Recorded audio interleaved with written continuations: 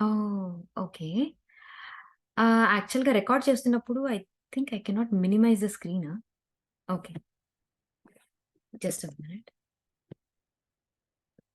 Alright. Okay. So, ఇప్పుడు ఏంటంటే some of you have chosen some difficult task to handle in this life time. And it is my belief we really come here to love our in spite of what they say or do. We can always go beyond our parents or friends' limitations. If you were good little, okay, if you are a good little girl or a boy, you learned your parents' limited way of looking at life. You see, you're not bad. You are ideal children. So, ఆవిడ ఇంకొక విషయాన్ని ఏం చెప్తున్నారంటే, so, మనం ఏంటి అంటే కొన్ని కొన్ని సార్లు కొంతమంది చాలా డిఫికల్ట్ టాస్క్స్ మనందరికీ తెలిసిన విషయమే. ఏంటి అంటే, మనం ఒక సోల్ ప్లాన్‌తోని ఇక్కడికొస్తాము. సో, ఒక్కొక్కళ్ళ సోల్ ప్లాన్ ఒక్కొక్కలా ఉంటుంది. కొంతమంది చాలా డిఫికల్ట్ టాస్క్‌ని తెచ్చుకొని ఈ భూమి మీదకొస్తారనమాట. కొంతమందికి కొన్ని తేలికపాటివి, కొంతమందికి వెకేషన్ లైఫ్ టైమ్స్ కూడా ఉంటాయన్నమాట. ఏమనంటే యాక్చువల్‌గా ఒక 4, 5 జీవితాలు ఈ భూమి మీద చాలా భారమైనటువంటి జీవితాలు, ఎన్నో గొప్ప గొప్ప ఛాలెంజెస్‌ని ఫేస్ చేసి, వాటిని అధిగమించి, చాలా సక్సెస్‌ఫుల్‌గా వాళ్ళ లైఫ్‌ని కంప్లీట్ చేసుకున్న వారట, వెకేషన్ లైఫ్ టైమ్స్‌ని కూడా తీసుకొనొస్తారంట. అంటే మరి ఎంత తిన్నా, తాగినా, ఏం చేసినా కానీ, ఎంతో హ్యాపీగా అన్నీ వాళ్ళ జీవితంలోకొచ్చేస్తూ ఉంటాయన్నమాట. అసలు వీళ్ళేంటి ఇలా ఉన్నారు అని చెప్పేసి మనం అనుకుంటాం. ఎంతో హ్యాపీగా ఉంటారనమాట. ఎంతో జాలీగా ఎంజాయ్ చేస్తూ ఉంటారు. వాళ్ళని చూసి మనం ఎప్పుడు కూడా పులిని చూసి నక్క వాతలు పెట్టుకున్నట్టు ఎప్పుడు చేసుకోకూడదంట. ప్రతి ఒక్కళ్ళు ఒక సోల్ ప్లాన్‌తో వస్తారు. కొంతమంది ఎస్పెషల్లీ చాలా డిఫికల్ట్ టాస్క్‌ని తీసుకొని వచ్చి ఉంటారు అని చెప్పేసి అంటుందనమాట. ఎలా వచ్చినప్పటికి కూడా మనని మనం ఎంతో ప్రేమించుకోవాలి. మన పేరెంట్స్, మన ఫ్రెండ్స్ వాళ్ళ యొక్క ఆలోచనలు, వాళ్ళ యొక్క పరిమితులు వాటన్నిటిని దాటి కూడా మనం ప్రేమించుకోవాలి. ఎప్పుడైనా పేరెంట్స్ వచ్చేసి మన దగ్గరికొచ్చి "నువ్వెంత చాలా మంచి అమ్మాయివి. నువ్వు చాలా మంచి అబ్బాయివి" అని చెప్పేసారనుకోండి. అదేంటి? నువ్వు మంచి. ఎవరి విషయంలో మంచి? నీ పేరెంట్స్ ఏదైతే లిమిటెడ్‌గా ఆలోచిస్తున్నారో వాళ్ళ ప్రపంచాన్ని ఏ విధంగా చూస్తున్నారో ఆ ప్రపంచంలో నువ్వు మంచిదానివి. అంటే వాళ్ళ లిమిటేషన్స్‌లో వాళ్ళు లిమిటెడ్‌గా ఏ విధంగా లైఫ్‌ని చూస్తున్నారో ఆ లిమిటెడ్ వరల్డ్‌లో నువ్వు మంచిదానివి. అసలు నువ్వు మంచిదానివైనా, కాకపోయినా, నువ్వెంత చెడ్డగా ఉన్నప్పటికీ కూడా, నువ్వు చాలా చక్కటి ఒక ఆదర్శప్రాయమైనటువంటి ఒక చైల్డ్‌వే అని చెప్తున్నారనమాట. అసలు మంచి, చెడు అన్నది లేదు. ప్రతి ఒక్కళ్ళు వాళ్ళ ఛాలెంజెస్‌ని తెచ్చుకుంటున్నారు. వాళ్ళ ఛాలెంజెస్‌ని ఫేస్ చేస్తున్నారు. దాని దగ్గర నుంచి నేర్చుకుంటున్నారు అంతే. You learned exactly what your parents taught you. So, మనం ప్రతీది కూడా అంటే ఫస్ట్ ఆఫ్ ఆల్ మనం పుట్టిన దాదిగా మనకి మనసు అనేది ఏమీ ఉండదు. మనం చిన్నప్పుడు ఈ ఈ యాక్చువల్‌గా లూయిస్ హే గారు పుస్తకంలో మెన్షన్ చేశారనమాట. మన చిన్నప్పుడు ఆ పసివాళ్ళగా మనం ఉండేటప్పుడు అసలు మన మన శరీరాన్ని మనం ప్రేమించుకున్నాం. మనం ఎలా ఉన్నా ప్రేమించుకున్నాం. బక్కగా ఉన్నా ప్రేమించుకున్నాం. హ్యాపీగా నవ్వుకున్నాం. ఎంతో ప్రేమతో కూడుకొని ఉన్నాము. మరి ఎప్పుడైతే కొంచెం ఎదగడం మొదలుపెట్టామో అప్పటినుంచి కూడా ఎక్కడి నుంచి మనం ఆలోచనలన్నీ తీసుకున్నాము? మన తల్లిదండ్రుల నుంచి, మన సమాజం నుంచి. సో, వాళ్ళు ఏదైతే చెప్తున్నారో ఎగ్జాక్ట్‌గా మనం అదే డౌన్‌లోడ్ చేసుకొని పెట్టుకున్నాం మన ఇన్ఫర్మేషన్ అంతా. మన మైండ్‌లో అంతా అదే పెట్టుకున్నాము. సో, యాక్చువల్‌గా చెప్పాలి అంటే వెస్టర్న్ కంట్రీస్‌లో పెంపకం డిఫరెంట్‌గా ఉంటది. యాక్చువల్‌గా ఇండియన్ కంట్రీస్‌లో ఇండియాలో చూసుకుంటే గనుక డిఫరెంట్‌గా ఉంటది పెంపకం. అసలు 15 ఏళ్లొచ్చేసరికి అసలు బయటికి పంపించేస్తారనమాట. ఇక తల్లిదండ్రుల దగ్గరికొచ్చి ఎప్పుడైనా వాళ్ళు గెస్ట్‌లా ఉండడమే తప్పించి, ఇంక వాళ్ళ కాళ్ళ మీద వాళ్ళు నిలబడాలి. తర్వాత వాళ్ళ ఫీజులు ఆళ్ళే కట్టుకోవాలి. వాళ్ళే ఇంక చూసుకోవాలనమాట. 15 ఏళ్ల దాకానే పెంచుతారు. అదే గనక మన తల్లిదండ్రులు చూస్తే గనక ఇండియాలో వాళ్ళు పెళ్ళయ్యి తర్వాత వాళ్ళకి ఏంటి అంటే, మనవలు వచ్చేదాకా కూడా వాళ్ళని ఇంకా చూసుకుంటూనే, వాళ్ళు ఎక్కడికి పోకూడదు. చాలా జాగ్రత్తగా వాళ్ళకొక గూడు, ఒక ప్రపంచం సృష్టించి వాళ్ళని అలాగే ఉంచుతూ ఉంటారు. సో, యాక్చువల్‌గా ఏంటి అంటే, ఏది తప్పు కాదు ఇందులో. ఇక్కడ ఇలా జరుగుతుంది, అక్కడ అలా జరుగుతుంది. అసలు ఏది తప్పు పట్టడానికే లేదు.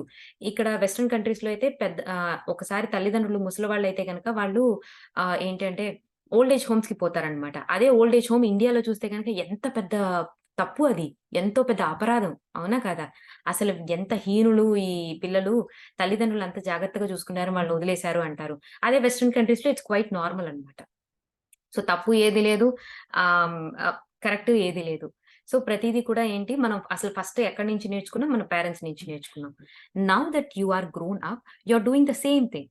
నువ్వు పెద్దయిన తర్వాత నువ్వేం చేస్తున్నావు? ఏదైతే నువ్వు నేర్చుకున్నావో అదే రిపీట్ చేస్తున్నావు. నీ పేరెంట్స్ ఏవైతే ఆలోచనలు నీ బుర్రలో పెట్టారో, నీ సమాజం ఏదైతే ఆలోచనలు నీ బుర్రలో పెట్టిందో ఎగ్జాక్ట్‌గా అదే చేస్తున్నావు. How many of you here saying yourself what your parents used to say? Congratulations. They they were they were very good teachers and you were very good students. But now it is a time for you to begin to think for yourself. So చాలా సార్లు పెద్దయిన తర్వాత చాలా మటుకు కూడా ఏంటంటే ఎంతమంది వాళ్ళలో గమనించుకున్నారు, వాళ్ళ పేరెంట్స్ ఏదైతే మాట్లాడుతున్నారో ఎగ్జాక్ట్‌గా అదే మాట్లాడతారనమాట. సో, దెన్ ఒకవేళ గనక నువ్వు సేమ్ నీ తల్లిదండ్రులు మాట్లాడేదట్టే మాట్లాడుతున్నావనుకోండి, ఓకే. కంగ్రాచ్యులేషన్స్. వాళ్ళు చాలా గొప్ప టీచర్సు, నువ్వు చాలా గొప్ప స్టూడెంట్‌వయ్యావు. కానీ ఎప్పటికి నేర్చుకుంటావు? నీ సొంతంగా నువ్వు థింక్ చేయడం ఎప్పుడు నేర్చుకుంటావు? అని చెప్పేసి అంటున్నారనమాట. A lot of us may face resistance when we look in the mirror and repeat our affirmations. However, resistance is the first step to change. Most of us want our lives to change, but we are told that we have to do something different. We say, "Who me? I don't want to do that." Okay. So, first of all ఏంటంటే ఒక mirror work చేయండి. Affirmations ఇస్తాను. అవి repeat చేసుకోండి అని చెప్పంగానే resistance అంటే అబ్బా! ఇది చేయాలా ఇప్పుడు? ఇది చేస్తేనే అవుతుందా? ఇది ఇలా చేస్తేనే అవుతుందా? ఇది చేస్తే అసలు నిజంగా అవుతుందా? సో, ఇటువంటి ఏవైతే ఆ క్వెషన్స్ వస్తాయో అదే రెసిస్టెన్స్. మనల్ని చేయకుండా ప్రివెంట్ చేస్తదనమాట. ఏదైనా ఒక మంచి పని చేసేటప్పుడు తప్పకుండా ఇయన్నీ ఒస్తాయి. ఇది చేస్తే నాకేమొస్తుంది? ఇది చేస్తేనే మంచి జరుగుతుందా? ఇలాగే జేయాలా? అని చెప్పి రకరకాల క్వెషన్స్ ఒస్తూ ఉంటాయి కదా! సో, ఆ రెసిస్టెన్సే ఫస్ట్ మనం మార్చుకోవాలి అని చెప్పి చెప్తున్నారనమాట. మళ్ళీ ఏంటంటే చాలా మటుకు ప్రతి ఒక్కళ్ళు కూడా వాళ్ళ జీవితంలో చాలా అద్భుతమైన మార్పులు జరిగిపోవాలని, వాళ్ళు చాలా అద్భుతంగా అయిపోవాలని చాలా మంది కోరుకుంటారు. కానీ ఏదైనా పని చేయమంటే మాత్రం ఎవరు నేనా? అయ్యో! నేనది చేయలేనురా బాబు! నాకంత టైం లేదు అని చెప్పి రకరకాల కారణాలు చెప్పి తప్పించుకుంటూ ఉంటాం. Others may experience feelings of despair. Often, if you look at the mirror and say, I love you, the little child inside says, where have you been all this time? I've been waiting for you to notice me. Waves of sadness come up because you have been rejecting the little child for a longer time. So, చాలా మంది ఏంటంటే ఎప్పుడైతే ఈ mirror వర్క్‌లో affirmations చెప్పుకోండి అని చెప్పి చెప్పంగానే, ఆ పాజిటివ్ అఫర్మేషన్స్ చెప్పుకుంటాం కదా! ఐ లవ్ యూ అని చెప్పి, యూ ఆర్ పర్ఫెక్ట్ అని చెప్పి, ఎప్పుడైతే అఫర్మేషన్స్ చెప్పుకుంటామో చాలా మందికి హోప్‌లెస్‌గా అనిపిస్తదనమాట. డిస్పైర్ అంటే హోప్‌లెస్‌నెస్. ఏ మాత్రం కూడా ఇందులో నాకేమొస్తుంది? ఇది నిజంగా ఓకే. ఐ లవ్ యూ అనంగానే, యూ ఆర్ పర్ఫెక్ట్ అనంగానే నేను పర్ఫెక్ట్ అయిపోతానా? ఇప్పటిదాకా ఎన్నో ప్రయత్నాలు చేశానే. ఇది మాత్రం జరుగుతుందా? అని చెప్పి ఆ హోప్‌లెస్‌నెస్ బయటకొస్తుంది. అండ్ కొన్ని సార్లు ఈ మిర్రర్ వర్క్ చేసినప్పుడంట ఎప్పుడైతే నువ్వు నిన్ను ఐ లవ్ యూ అని చెప్పుకోంగానే, నీ లోపల ఉన్నటువంటి ఆ పసి హృదయము ఏంటి అంటే, ఏమైపోయావు ఎన్నాళ్ళు? ఎన్నాళ్ళుగా నిన్ను ఎదురు చూస్తున్నాను. నువ్వు నన్ను నోటీస్ చేస్తావు. నేనెంతో బాధగా ఉన్నాను. నన్ను నోటీస్ చేస్తావు. నన్ను ఎంతో ప్రేమిస్తావు అని ఎంతో ఎదురు చూసాను. ఎన్నాళ్ళు ఏమైపోయావు నువ్వు అని చెప్పి చాలా దుఃఖం అనేది పొంగుకొస్తుంది చాలా మందికి అని కూడా చెప్తుందనమాట. చాలా కాలం పాటు ఏంటంటే, మన పసి హృదయం, ఆ ఇన్నోసెంట్, ఆ హ్యాపీ హార్ట్ ఏం చెప్తుందో చాలా సార్లు మనం రిజెక్ట్ చేసుకుంటూ వచ్చాం గాబట్టి, అది నోటీస్ చేయబడలేదు కాబట్టి ఏంటంటే, కొన్నిసార్లు ఈ మిర్రర్ వర్క్ చేసేటప్పుడు ఐ లవ్ యూ అని చెప్పుకున్నప్పుడు, ఎక్కడ లేని కట్టలు తెంచుకునే దుఃఖం అనేది పొంగుకొస్తూ ఉంటుంది కొంతమందికి అని చెప్పేసి చెప్తున్నారనమాట. When I did this exercise in one of my workshops, a woman said she was very scared. I asked her what frightened her. Then she shared the fact that she was an incest survivor. Many of us have experienced this called incest. We are learning to come through it. It is interesting that it occurs so often on our planet. We read so much about incest these days, yet I don't think it is happening any more than it ever did. We have advanced to a state where we now feel that the children have rights. We are allowing ourselves to see this ugly sword in the society. In order to release this problem, we have to recognize it and then work through it. Okay. So, యాక్చువల్‌గా ఒకసారంట ఈమె ఒక exercise చేస్తున్నారంట కొన్ని వర్క్‌షాప్స్‌లో. చేస్తున్నప్పుడు ఒకసారి ఒక women వచ్చేసి తిన దగ్గరికి నాకు చాలా చాలా చాలా భయంగా ఉంది అని చెప్పేసి చెప్పారంట. ఎందుకు నీకు భయంగా ఉంది? అంటే ఏం నీకు భయం కలిగిస్తుంది అంటే, అప్పుడు తన ఎక్స్‌పీరియన్స్ షేర్ చేసుకున్నారంట. ఏమనంటే తను ఒక ఇన్సెస్ట్ సర్వైవర్. ఇన్సెస్ట్ అంటే సెక్షువల్‌గా అబ్యూజ్‌కి గురైన వారనమాట. సెక్షువల్లీ అంటే చిన్నతనంలోనే కొంతమంది వాళ్ళ మామయ్యలు లేదంటే గనక ఇంటి పక్క వాళ్ళు బాగా తెలిసిన వాళ్ళు ఏంటి అంటే చిన్న పిల్లల్ని సెక్షువల్‌గా అబ్యూజ్ చేస్తారు కదా! సో, తను ఆ సర్వైవర్ అన్నమాట. చిన్నతనంలో తను మేబీ తన కజిన్స్ వలనో, మామయ్యల వలనో, లేదంటే తాతయ్యల వలనో, లేదంటే నెయిబర్స్ వలనో తను సెక్షువల్‌గా అబ్యూస్‌కి గురయ్యారనమాట. సో, ఆవిడేం చెప్తున్నారంటే, ఇప్పుడు ఈ విషయం అనేది చాలా చాలా ఏంటో అది చాలా కామన్ అయిపోయింది. అండ్ ఈ రోజుల్లో ఇదొక అంటే ఏమంటారు? ఒక సమాజంలో ఒక పుండులాగా తయారైంది. ప్రతి ఒక్కళ్ళు కూడా దీన్ని ఖచ్చితంగా రికగ్నైజ్ చేయాలి. ప్రతి ఒక్కళ్ళు మాట్లాడాలి. అండ్ దీన్ని తప్పకుండా ఏంటంటే ఇలా గురైనప్పుడు ఏంటంటే కొంత ట్రామాకి గురవుతారనమాట చిన్న పిల్లలు. సో, ఆ ట్రామాని ఖచ్చితంగా దాని మీద వర్కౌట్ చేయాలి. అంటే దాన్నలా వదిలిపెట్టేయకూడదు అని చెప్తున్నారనమాట. ప్రధానంగా ఆవిడ చెప్పడం ఏంటి అంటే, "ఓకే. చిన్నప్పుడు అయిపోయింది గదా! వదిలేసేయి ఇంకా. దాని గురించి ఎందుకు పదే పదే ఆలోచిస్తావు?" అని చెప్పి దాన్ని అణిచివేయడం సరైన పద్ధతి కాదు. అంటే ఆ ట్రామా గుండా ఖచ్చితంగా వర్కౌట్ చేయాలి. దీనికి థెరపీ అనేది ముఖ్యము అని చెప్పేసి అంటున్నారనమాట. Therapy is so important for the incest survivors. So, ఈ ఈ ఎవరైతే గనక ఈ ఆహ్, లైంగిక బలాత్కారాలకు వీటికి గురైన వారికి ఖచ్చితంగా థెరపీ అనేది చాలా చాలా ఇంపార్టెంట్ అని చెప్తున్నారనమాట. We need safe space where we can work through these feelings. We have when we have the let anger and the rage and the shame out, then we have more space where we can love ourself. So, ఏంటి అంటే ఈ ఆహ్, so, ఖచ్చితంగా ఈ trauma మీద ఏదైతే అంటే first of all ఎవరైతే ఈ లైంగిక ఇబ్బందులకి గురైన వారున్నారో, వాళ్ళు వాళ్ళలో ఉన్నటువంటి కోపాన్ని, ఆవేశాన్ని లేదంటే గనక చాలా సిగ్గుపడుతూ ఉంటారు కదా! వాళ్ళు బయటకి అందరితో ఎక్స్‌ప్రెస్ చేయలేకపోతారు. చాలా బాధపడుతూ ఉంటారు. వీటన్నిటిని ఫస్ట్ ఆఫ్ ఆల్ ఈ కోపాన్ని, ఆ షేమ్‌ని, ఆ రేజ్‌ని, ఆవేశాన్ని పక్కన పెట్టి, లేదు అంటే దాన్ని గనక మనం ఎప్పుడైతే బయటికి పంపించగలుగుతామో, అప్పుడు ఏంటంటే we can love our more అని చెప్తున్నారనమాట. అప్పుడు యాక్చువల్‌గా కొంత మన హృదయంలో కొంత స్పేస్ క్రియేట్ అయ్యి, మనకి మనం ఎలా మనం ఆహ్, ఇంకా ఉన్నతంగా ఎదగొచ్చు. మనని మనం ఇంకెంతగా ప్రేమించుకోవచ్చు అన్న ఆ సేఫ్ స్పేస్ దొరుకుతుంది మనకి. అట్‌లీస్ట్ మన మీద వర్కౌట్ చేసుకోవడానికి అని చెప్పేసి చెప్తున్నారనమాట. No matter what we are working on, what we want to remember that feelings. Okay. No matter what we are working on, we want to remember that the feelings that come up are just feelings. We are not in the experience anymore. We need to work on making the inner child feel safe. We have to thank ourselves having the courage to survive this experience. So, యాక్చువల్‌గా ఏంటి అంటే, ఎవరైనా కొన్ని అంటే, ఈ affirmations చెప్పుకునేటప్పుడు, so, చిన్నతనంలో ఇటువంటి traumas కానీ, ఇటువంటి ఇబ్బందులు ఫేస్ చేసిన వారేంటి, వెంటనే ఆ ఫీలింగ్స్ అన్నీ బయటకొస్తూ ఉంటాయన్నమాట. ఆవిడేం చెప్తున్నారంటే, అవి ఫీలింగ్స్ మాత్రమే. నువ్విప్పుడు ప్రెజెంట్ సేఫ్‌గానే ఉన్నావు. మళ్ళీ నీకదే ఎక్స్‌పీరియన్స్, మళ్ళీ అదే సెక్షువల్ అబ్యూజ్ అనేది నీ మీద జరగడం లేదు. మొదట అది తెలుసుకో. అవి ఫీలింగ్స్ మాత్రమే. అవి వస్తాయి. నువ్వు వాటిని గనక విడిచిపెడితే గనక ఖచ్చితంగా అవి పోతాయి అని చెప్తున్నారనమాట. ఇప్పుడు సో, తనేం చెప్తున్నారంటే, నువ్వు ఆ ఎక్స్‌పీరియన్స్‌ని ఇప్పుడు నువ్వు ఫేస్ చెయ్యట్లేదు అని ఎప్పటికప్పుడు నువ్వు సదా గుర్తుంచుకో అని చెప్తున్నారనమాట. We need to work on making the inner child feel safe.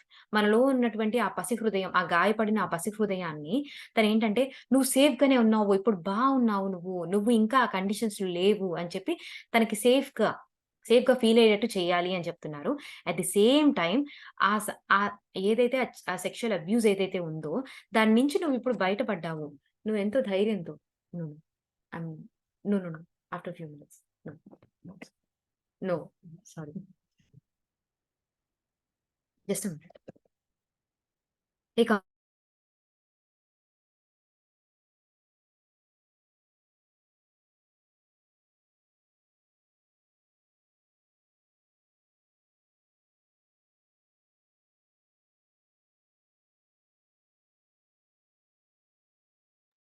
Sorry. And మనకి మనం ఫస్ట్ ఆఫ్ ఆల్ ఏంటి అంటే అప్రిషియేట్ చేసుకోవాలి. ఎంత ఎంత ధైర్యం ఉంది నీకు? ఎంత కరేజియస్‌గా నువ్వు దాని నుంచి బయటపడ్డావు. అంటే ఆ సెక్షువల్ అబ్యూజ్ నుంచి బయటపడ్డావు. చక్కగా జీవిస్తున్నావు. మరేం కాదు. ఎంతో నీకు చాలా కరేజ్ ఉంది అని ఫస్ట్ ఆఫ్ ఆల్ మనల్ని మనం అంటే ఖచ్చితంగా ఎవరైతే ఆ ఇబ్బందిని ఫేస్ చేసారో వాళ్ళకి వాళ్ళు అప్రిషియేట్ చేసుకోవాలని చెప్తున్నారనమాట. Sometimes, when we are dealing with an issue such as incest, it is difficult to accept that the other person was doing the best he or she could do at the time with the understanding and the awareness and the knowledge that they had. Okay. Sometimes when we are dealing with the issue such as incest, it is difficult to accept that the other person was doing the best he or she could do at the time with the understanding and awareness and the knowledge that they had. Okay. So, యాక్చువల్‌గా ఏంటంటే okay. First ఈ point చెప్పడానికి ఆవిడ story ఏంటంటే యాక్చువల్‌గా చిన్నతనంలో తను కూడా సెక్షువల్ అబ్యూస్‌కి గురవుతారనమాట. చిన్నతనంలోనే. అట్ ది సేమ్ టైమ్ వాళ్ళ తల్లిదండ్రి తనని సరిగ్గా అంత మంచిగా పెంచరనమాట. బాగా తండ్రి ఏంటంటే ఎంతసేపు ఆహ్, కొడుతూ, తిడుతూ అసలు ఆ అమ్మాయికి నోరెత్తి అట్‌లీస్ట్ ఒక మాట మాట్లాడడానికి గాని, తన కోపాన్ని ఎక్స్‌ప్రెస్ చేయడానికి కానీ, తన భావాలను ఎక్స్‌ప్రెస్ చేయడానికి ఒక సరైన ఎన్విరాన్మెంటే ఉండదనమాట. అటువంటి చిన్నతనాన్ని ఫేస్ చేస్తారనమాట లూయిస్ హే గారు. సరే. అయితే ఎంతసేపు వాళ్ళ తల్లిదండ్రుల మీద కోపాన్ని, ఆ సెక్షువల్ అబ్యూస్ ఎవరైతే చేశారో వాళ్ళ మీద ఉన్నటువంటి కోపాన్ని, ద్వేషాన్ని బాగా మనసులో అణిచిపెట్టేసుకుంటారనమాట. అణిచిపెట్టిన ఆ కోపము, ఆవేశమే అండ్ తనకి క్యాన్సర్ కింద దారి తీస్తదనమాట. ఆ క్యాన్సర్ కింద దారి తీసినప్పుడు అదేంటి తను అప్పటికే ఏంటంటే 3 సంవత్సరాలుగా తను ఈ, ఈ అఫర్మేషన్స్ చెప్పుకోవడం, చాలా చక్కగా పాజిటివ్‌గా ఆలోచించడం అండ్ అలాగే తను పాజిటివ్ అఫర్మేషన్ చెప్పుకోవడమే కాదు, వేరే వాళ్ళకి టీచ్ చేయడం కూడా మొదలుపెడతారు. ఆ తర్వాత 3 సంవత్సరాలకొస్తదనమాట ఆవిడకి క్యాన్సర్ ప్రాబ్లమ్. సో, ఆవిడ అప్పుడు నిజమైన యాక్చువల్ లోపల ఆ ఇన్నర్ చేంజ్ అనేది ఆవిడకప్పుడు మొదలవుతదనమాట క్యాన్సరొచ్చిన తర్వాత. తను చదువుకున్న ప్రకారంగా ఏంటంటే క్యాన్సర్ అనేది క్లియర్‌గా రెజెంట్‌మెంట్ యొక్క మరొక రూపం అన్నమాట. రెజెంట్‌మెంట్ అంటే ఏంటి? అణిచివేయబడ్డటువంటి కోపము, ద్వేషం యొక్క మరొక రూపమే క్యాన్సర్ అన్నమాట. ఆ ఎమోషన్ యొక్క మరొక రూపమే క్యాన్సర్. సో, అప్పుడు మరి దాని నుంచి సరే, మరి ఆ కోపంని అంటే ఆ ద్వేషంని ఎలా దాని నుంచి బయటపడాలి? ఎలా నా తల్లిదండ్రులని క్షమించాలి? ఎలా తనని బలాత్కారం చేసినటువంటి ఆ మనుషుల్ని క్షమించాలి అంటే, వాళ్ళ యొక్క జీవితాల్ని తరచి చూడటం మొదలుపెట్టిందనమాట. చూస్తే తన తండ్రి కూడా ఒక గొప్ప ఎన్విరాన్మెంట్‌లో పెరగరనమాట. తన తండ్రి ఏదైతే ఒక అంటే చిన్నతనాన్ని ఫేస్ చేసారో, అదే సేమ్ తీసుకొచ్చి ఈ పిల్ల మీద తన తండ్రి కూడా ఏంటంటే చిన్నతనంలో అలాగే తిట్టబడి, కొట్టబడి ఒక చక్కటి ఎన్విరాన్మెంట్ లేదనమాట. తన తండ్రి కూడా చక్కటి ఎన్విరాన్మెంట్‌లో పెరగలేదు. సేమ్ తన తల్లి కూడా. ఓహ్! సో, తను అర్థం చేసుకుంటదనమాట వాళ్ళని. ఓకే. ఏంటి వాళ్ళు వ అంటే వాళ్ళకి వాళ్ళ తల్లిదండ్రులు చెప్పలేదు. వాళ్ళ తల్లిదండ్రులు ఒక సేఫ్ ప్లేస్ వీళ్ళకి క్రియేట్ చేయలేదు కాబట్టి, వీళ్ళిలా మూర్ఖంగా ఉన్నారు. వీళ్ళిలాగా నా మీద బిహేవ్ చేశారు. అని వాళ్ళని అర్థం చేసుకోవడంలో వాళ్ళని ఈజీగా ఫర్‌గివ్ చేయగలిగిందనమాట. ఎప్పుడైతే ఆ ఫర్‌గివ్‌నెస్ అనేది మొదలైందో, ఆవిడ క్యాన్సర్ అనేది పోతూ వస్తుందనమాట. సో, అండ్ ఎస్పెషల్లీ ఏంటంటే, ఇక్కడ ఈ విషయాన్ని రిలేట్ చేయడానికి కారణం ఏంటంటే, ఎస్పెషల్లీ ఈ సెక్షువల్ అబ్యూస్‌కి గురైన వారిలో ఏంటి అంటే, ఆ ఎదుటి వ్యక్తుల్ని అర్థం చేసుకోవడం, ఆ ఎదుటి వ్యక్తుల్ని క్షమించగలగడం కొంచెం కష్టంగా ఉంటుంది. ఎందుకంటే ఓకే. ఆహ్, అంటే వాళ్ళ ప్లేస్‌లో ఉండి అసలు వాళ్ళు ఏ ఏ ప్రవర్తనతో ఈ విధంగా అంటే ఏ ఒక్క అండర్‌స్టాండింగ్‌తో వాళ్ళు నా పట్ల ఈ విధంగా బిహేవ్ చేశారు. వాళ్ళ వాళ్ళ పాస్ట్ ఏంటి? వాళ్ళ వాళ్ళు పెరిగిన ఎన్విరాన్మెంట్ ఏంటి? ఇలా అర్థం చేసుకోవడం కొంచెం కష్టంగా ఉంటుంది అని చెప్పేసి చెప్తున్నారనమాట. ఆహ్, యాక్చువల్‌గా నేను నిన్న ఒక ఇంటర్వ్యూ చూసాననమాట. Spiritual interview. సో, అందులో ఒక ఆమె ఆహ్, ఓకే. యాక్చువల్లీ టైమ్ అయింది. We should stop here. Okay. ఇది కంప్లీట్ చేసుకొని స్టాప్ చేస్తాను. Okay. Acts of violence always come from the people who were violated themselves. Okay. Who were violated themselves. We all need healing. We learn to love and cherish who we are. We no longer harm anyone. So, యాక్చువల్‌గా ఏంటంటే ఎవరైతే ఇటువంటి దుశ్చర్యలకు పాల్పడతారో, ఎవరంటే ఎవరైతే గనక ఇటువంటి అంటే ఇప్పుడు ఫర్ ఎగ్జాంపుల్ ఆ 'నిర్భయ' కేసే చూడండి. వాళ్ళు ఎంత చాలా ఘోరంగా బిహేవ్ చేస్తారు ఆ అమ్మాయి పట్ల. అవునా? ఆ అమ్మాయి పట్ల ఎవరైతే ఆ నలుగురు ఘోరంగా బిహేవ్ చేశారో, వాళ్ళు కూడా ఒక విధంగా చెప్పాలంటే అదే విధంగా ట్రీట్ చేయబడ్డటువంటి పిల్లలు. వాళ్ళు చిన్నప్పటి నుంచి అదే ఎన్విరాన్మెంట్‌లో పెరిగి, వాళ్ళు కూడా ఇలాంటి వయలెన్స్‌కి గురైన వాళ్ళు మాత్రమే అలాంటి వయలెన్స్ మరొకళ్ళ జీవితాల్లోకి సృష్టిస్తూ ఉంటారు. ఈ విధంగా చూస్తే మనము మన మనకెవరైతే గనక ఇబ్బందిని కలిగిస్తున్నారో, లేదంటే ఆ సెక్షువల్ అబ్యూస్ ఎవరైతే చేశారో, చేయింపబడ్డారో, ప్రతి ఒక్కళ్ళకి హీలింగ్ అవసరం. ప్రతి ఒక్కళ్ళు కూడా ఎదగాలి. ప్రతి ఒక్కళ్ళకి ఆ లవ్ అనేది ముఖ్యము అని చెప్పేసి అంటున్నారనమాట.